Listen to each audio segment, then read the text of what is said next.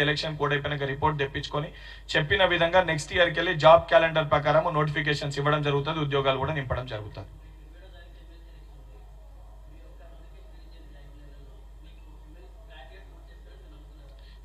మేము ఏ ఒక్క notification release చేయలేదని చెప్పి మీరు అంటున్నారు.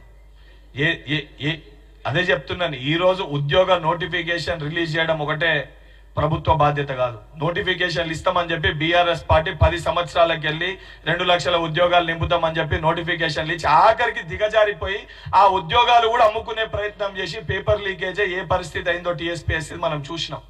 ఆ నమ్మకాన్ని కోల్పోతే ఉన్న నోటిఫికేషన్ సంబంధించి అడిషనల్ గా గ్రూప్ 1 లో పోస్ట్ యాడ్ చేసి ఇవ్వడం జరిగింది. గ్రూప్ 2 గ్రూప్ 3 కి సంబంధించి కూడా సంబంధించిన డిపార్ట్మెంట్స్ కి ఎన్ని వేకెన్సీస్ ఉన్నాయి ఎలక్షన్స్ కోడ్ బిఫోర్ పంపడం జరిగింది.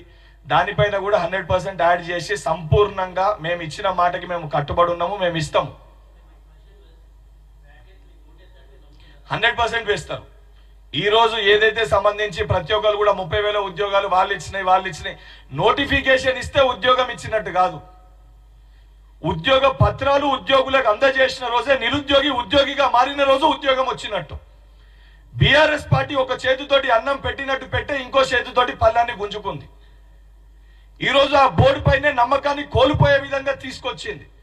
టీఎస్పీఎస్సీలో పేపర్ లీకేజ్ అయితే దేవాలయం లెక్క నేను కూడా ఒక నిరుద్యోగిగా, ఒక మెడికల్ గ్రాడ్యుయేట్ గా, ఒక నిరుద్యోగిగా టీఎస్పీఎస్సీని ఒక దేవాలయం లెక్క భావించే టీఎస్పీఎస్సీలో పేపర్ లీకేజ్ చేస్తే ఆ రోజున్న కల్వకుంట్ల చంద్రశేఖర్ రావు గారు కనీసం స్పందించలే. ఎగ్జామ్స్ అన్ని క్యాన్సిల్ అయినాయి. ఇమీడియట్ గా ముఖ్యమంత్రి రేవంత్ రెడ్డి గారు ముఖ్యమంత్రి అయిన 3వ రోజే టీఎస్పీఎస్సీ పైన దృష్టి పెట్టి ప్రక్షాళన చేసి కొత్త చైర్మన్ గారిని అపాయింట్ చేసి ఆ నమ్మకాన్ని కల్పించింది రేవంత్ రెడ్డి గారు, కాంగ్రెస్ ప్రభుత్వం. 100% నేనే దానికి సంబంధించి ఏదైతే ఆ రోజు సిబిఐ విచారణకు అప్పచెప్పాలని చెప్పి కోర్టులో పిటిషనర్ నేనే, కేసు కూడా అదే విధంగా ఉంది. 100% టీఎస్పీఎస్సీ పేపర్ లీకేజ్ కారకులైన ప్రతి ఒక్కరిని కూడా మా ప్రభుత్వము కఠినంగా శిక్షిస్తుంది. కఠినంగా శిక్షించి రేపొద్దున ఇంకొకరు అటువంటి చర్యలకి పాల్పడితే శిక్ష ఏ విధంగా ఉంటుంది ఆ భయాన్ని కూడా మా గౌరవ ముఖ్యమంత్రి గారు చూపించడం జరుగుతుంది.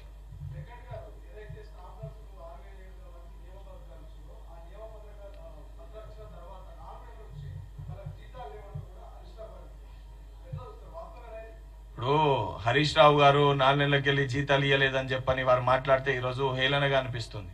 ఇదే స్టాఫ్ నర్సులు సంబంధించి వాళ్ళకు ఉద్యోగ పత్రాలు రాక వారి సమస్యల పైన కోర్టులో కేసు పెండింగ్ ఉంది. హారిజాంటల్ వర్టికల్ సంబంధించి హరీష్ రావు గారి దగ్గరికి వెళ్తే ఆ సమస్యని పరిష్కరించండి, సుప్రీంకోర్టు జడ్జిమెంట్ ఉందంటే కనీసం ఆయన పట్టించుకోలేదు.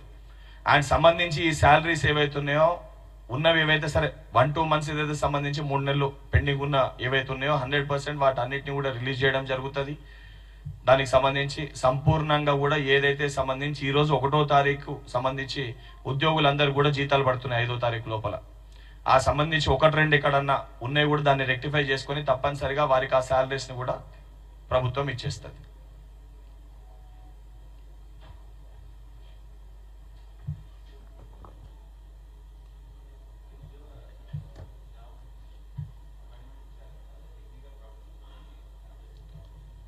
దేంది దాని గురించి అదే చెప్తున్నాను కదా, దాని ప్రాబ్లమ్స్ ఏమున్నాయి తెలియక కేవలం ఈ రోజు ఏంటంటే బీఆర్ఎస్ పార్టీ హరీష్ రావు గారు, కేటీఆర్ గారు ఏది మాట్లాడి కూడా లేకుండా, అంటే ఏ మాట్లాడే అంశం లేకపోతే ఏదో తీసుకురావాలని చెప్పని లేని సమస్యను ఉన్నదిగా సృష్టించి అసలు జియో 46 సమస్యను సృష్టించిందే వారు. కల్వకుంట్ల తారక రామారావు ఆయన గురించి మాట్లాడుతుండు.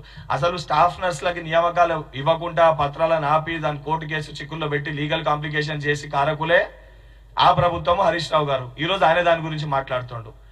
ఇది ఎట్లుందనంటే దొంగతనం చేసిందంతా వాళ్ళు దొంగతనం చేసి ఈ రోజు లేదు మేము అప్పుడు ప్రభుత్వంలో ఉన్నాము, మేము చేసినాం దొంగతనం, ఇప్పుడు మేము ప్రతిపక్షంలోకి వచ్చినాం కాబట్టి మేము ఆ రోజు చేసినాయి మేమే ఇప్పుడు తప్పు అని చెప్పి మాట్లాడతామని చెప్పి మాట్లాడుతారు. అవగాహన లేకుండా వారు మాట్లాడుతున్నారు. నిజంగా హరీష్ రావు గారికి, కల్వకుంట్ల తారక రామారావు గారికి నేను సూటిగా సవాల్ విసురుతున్నా. నిజంగా 3 నెలల్లో మేము ఏం చేయలేదంటే 3 నెలల్లో మా ప్రభుత్వం ఏం చేసిందో ఏ యూనివర్సిటీ కన్నా నేను వచ్చి నేను చెప్పనీకి సిద్ధంగా ఉన్నా. 10 సంవత్సరాలలో వాళ్ళు ఏం చేసిరో నిజంగా వాళ్ళకి చిత్తశుద్ధి ఉంటే కల్వకుంట్ల తారక రామారావు గారు కానీ హరీష్ రావు గారు కానీ బహిరంగ చర్చకి రమ్మని చెప్పండి.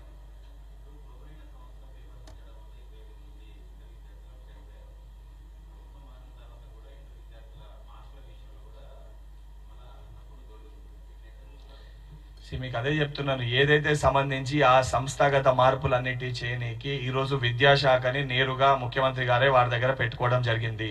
అంటే విద్యాశాఖకి మేమిచ్చే మా విద్యాశాఖ పైన మా చిత్తశుద్ధి ఏ రకంగా ఉందనేది మీరు దాంతో మీరు ఆలోచించుకోగలుగుతారు. ఈ రోజు స్వయంగా విద్యాశాఖ పైన రివ్యూస్ గౌరవ ముఖ్యమంత్రి గారే చేస్తుండ్రు. ఎందుకంటే ఎడ్యుకేషన్ సిస్టమ్ ని మొత్తాన్ని కూడా బీఆర్ఎస్ పార్టీ భ్రష్టు పట్టించేసింది.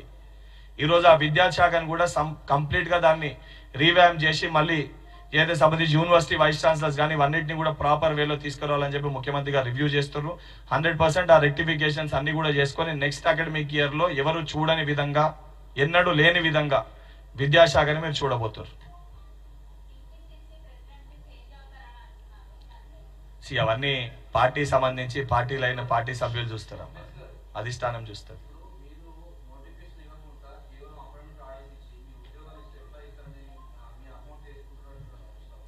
హరీష్ రావు